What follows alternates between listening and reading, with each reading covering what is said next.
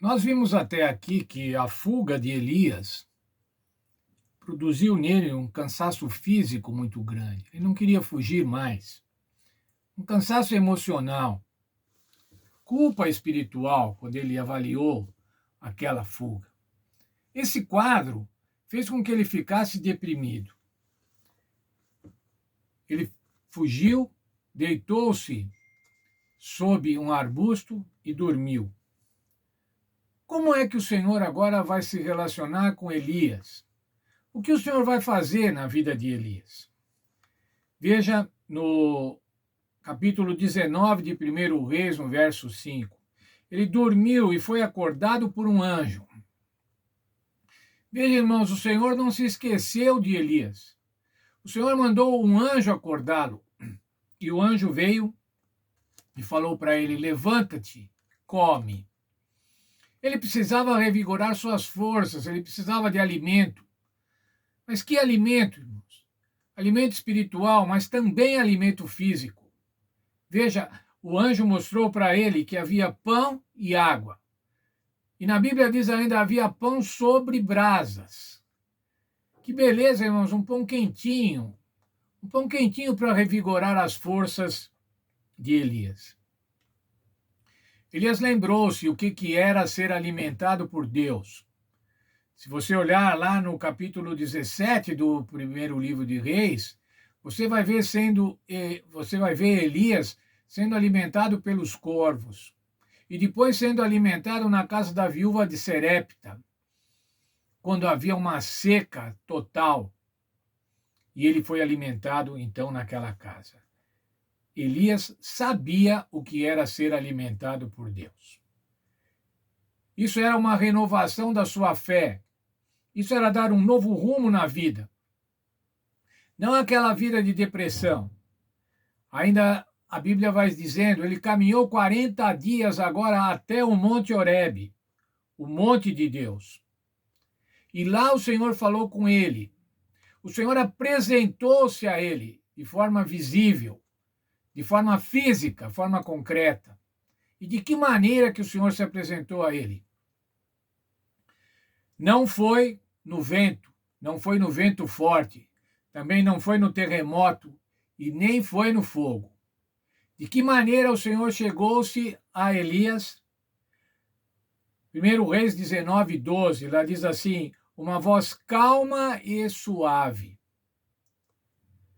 Outras traduções dizem assim, um cicio, um sussurro, um murmúrio. Foi assim que o Senhor se apresentou a Elias.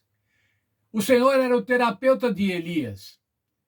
O Senhor estava tratando agora do estado emocional de Elias. E ele não ia fazer isso de forma rude, ou de forma grosseira, ou de uma forma estridente. Mas não, de uma maneira calma, de uma maneira gentil. É assim que o Senhor trata conosco, irmãos. Muitas vezes nós não estamos acostumados a ser tratados de maneira gentil.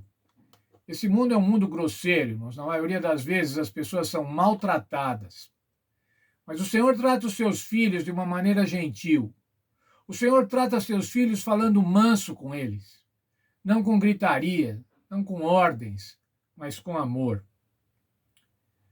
O Senhor disse a Elias que agora na sua nova vida, nessa nova fase da sua vida, ele ainda ungiria um profeta em seu lugar.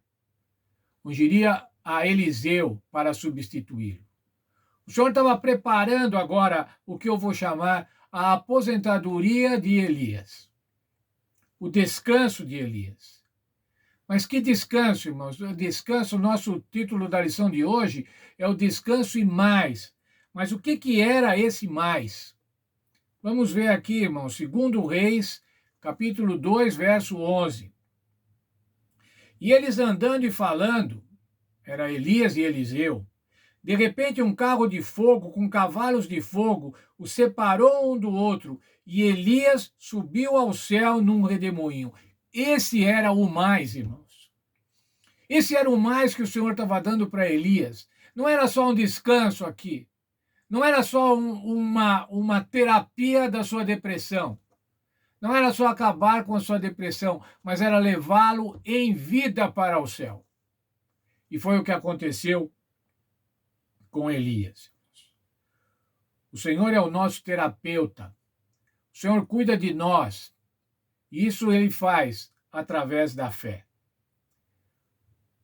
O Senhor Deus, irmãos, capacitou os seres humanos para nos ajudar em crises emocionais. Muitas vezes, irmãos, quem sabe a maioria das vezes, nós não podemos sair sozinhos das nossas crises emocionais. O Senhor mandou um anjo lá para acordar Elias. O Senhor pode mandar um anjo, irmãos, para nos acordar, para nos despertar, para nos tirar da depressão. Esse anjo pode ser os nossos irmãos da igreja, pode ser o pastor. Esse anjo, irmãos, pode ser o cônjuge, pode ser o filho, pode ser qualquer dos familiares. Mas esse anjo também, irmãos, pode ser um médico, pode ser um psiquiatra, pode ser um psicólogo. O Senhor manda pessoas para nos tirarem da depressão. E depressão, irmãos, não é falta de fé. Isso é uma coisa que tem que ficar muito concreta na nossa vida. Depressão não é falta de fé, irmãos.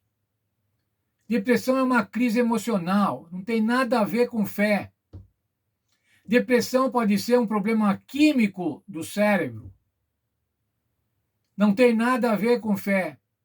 Mas o Senhor manda, irmãos, anjos para tratarem da nossa depressão. Para tratar de modo suave, um murmúrio.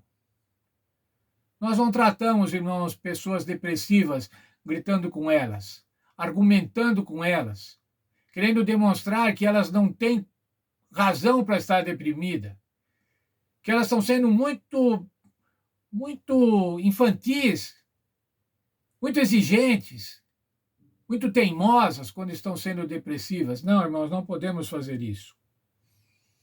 O Senhor nos dá descanso, irmãos. O Senhor quer nos dar descanso aqui e agora. Descanso na nossa vida aqui, na nossa vida turbulenta que temos, na nossa vida complicada. O Senhor quer nos dar descanso aqui e agora. Mas descanso e mais. Que mais que o Senhor quer nos dar, irmãos? O Senhor quer nos dar um descanso na vida eterna, na nova terra. O Senhor providenciou para nós descanso e mais. E como nós devemos ser agradecidos, então, a Deus, irmãos, por tanta bondade, por tanto amor, por tanto carinho, por nos falar suavemente, por murmurar no nosso ouvido, no nosso cérebro: eu quero te salvar.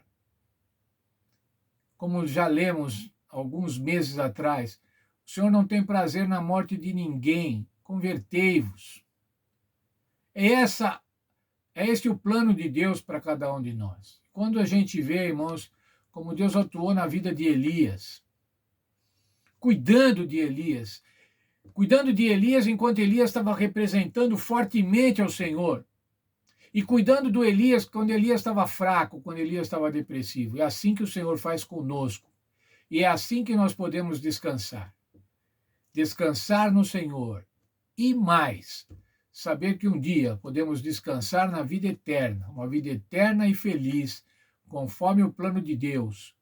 E só possível por causa do sacrifício do nosso Senhor Jesus Cristo. Deus abençoe a todos.